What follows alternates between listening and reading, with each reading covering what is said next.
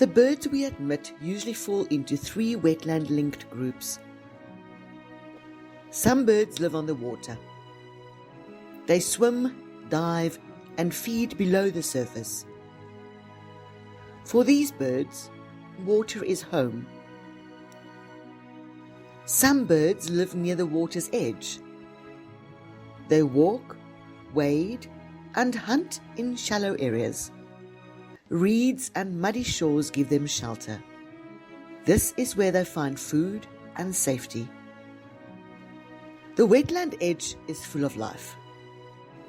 Some birds do not live in water, but they depend on wetlands for food.